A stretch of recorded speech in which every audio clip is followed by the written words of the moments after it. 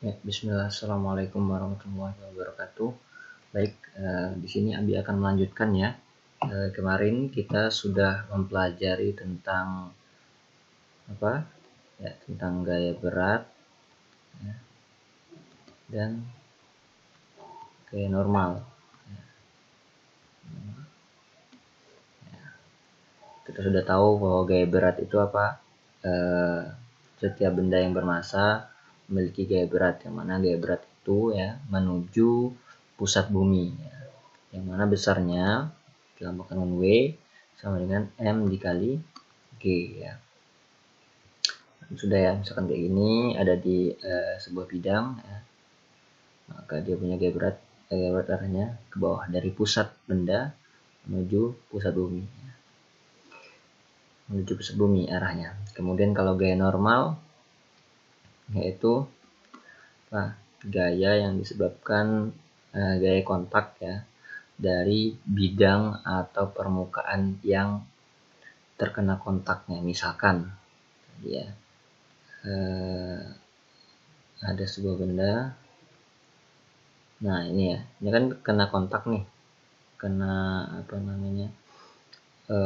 kontak langsung dengan permukaan kan di lantai, maka dia punya gaya reaksinya nih, misalkan dia sentuhnya yaitu menyebabkan adanya gaya normal. Gaya normal itu tegak lurus dengan permukaannya. Kalau bidang miring berarti ini bendanya ya, berarti ini gaya normalnya. Ini tegak lurus kan.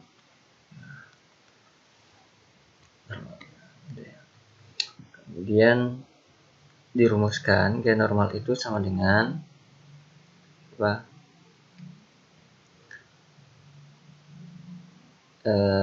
dia bisa bermakna W ya, kalau misalkan seperti ini ya, keadaannya dia horizontal, tapi kalau dia bidang miring maka nanti gaya normalnya bisa berubah-ubah, bisa W cos theta ya. Kemarin kita sudah bahas ini ya. Selanjutnya kalian bisa menguraikan kembali. Selanjutnya kita akan membahas tentang gaya gesek. Nah, dihapusnya. Oke, tentang gaya gesek ya. Sekarang gaya gesek.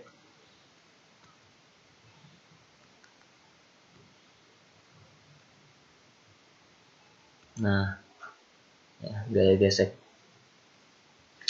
Kita tahu kalau ada sebuah benda ya, ada sebuah benda di lantai kasar misalkan. Ada sebuah benda di lantai kasar, kemudian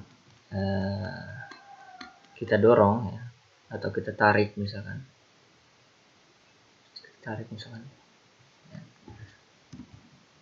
Kita tarik dengan gaya F ya, maka benda ini, benda yang bermassa ini, ketika dia ditarik dengan gaya F, misalkan arah percepatannya ke sini ya, akselerasinya, maka di lantai yang kasar atau di permukaan yang kasar, maka dia memiliki gaya gesek ya.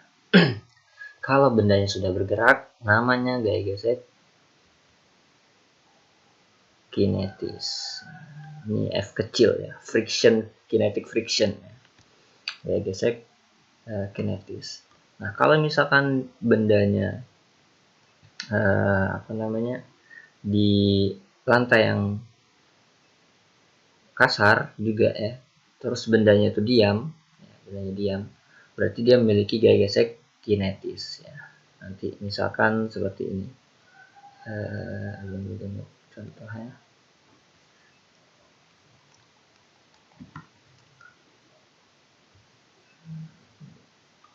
ya seperti ini, misalkan ada sebuah benda ya, nah seperti ini, nah ya, lantai kasar, dia punya gaya gesek juga. Kalau misalkan bendanya diam,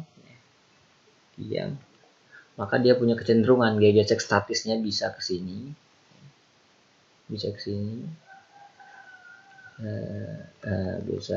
ya, atau bisa ke sini.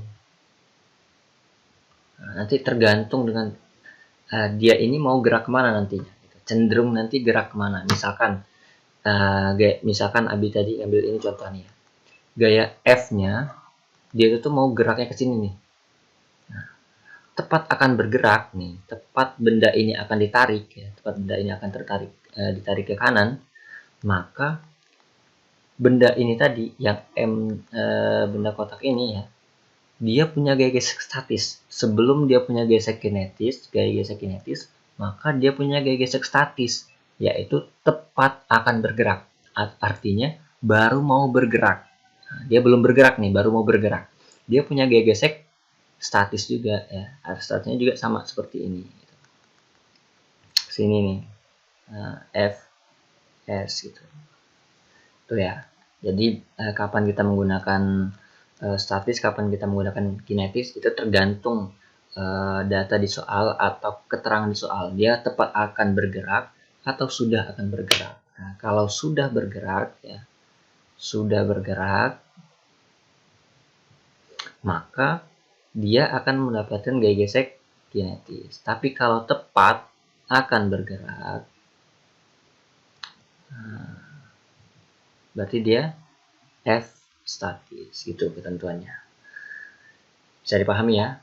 Nah, gimana kalau rumusnya? Nah, untuk rumusnya bagaimana, Bi? Oke, rumusnya F K, yaitu mu K dikali N.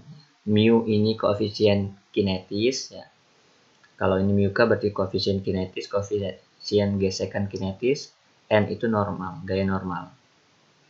Kalau misalkan gaya gesek statis, ya udah berarti mu S dikalikan N, di mana mu itu ya, mu K misalkan sini koefisien kinetis atau kinetik ya. Jadi tergantung di soal dikasih tahu ada 0,1, 0,2, 0,3 tergantung di soal. Tergantung jenis permukaannya ya, bahannya. Kemudian mu S yaitu koefisien statis ya. Nah, kemudian N yaitu apa? N gaya normal. Satuannya ya. Jadi gaya gesek itu ya yang berlawanan dengan arah geraknya. Artinya kalau misalkan dianya ke kiri geraknya, misalkan ke sini, berarti nanti gaya geseknya ke sini, misalkan ditarik ke sini nih. Berarti gaya geseknya kanan. FK ataupun FS tergantung nanti tepat akan bergerak ya atau sudah bergerak gitu. Sampai sini bisa dipahami ya.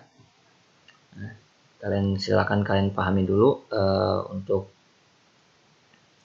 gaya gesek ini ya, dimana gaya gesek ini ada dua jenis ya, gaya gesek statis dan gaya gesek kinetis ya. Nah, kalau statis ya, ini statis ya, gaya gesek statis Fs itu gaya gesek statis, satuannya Newton.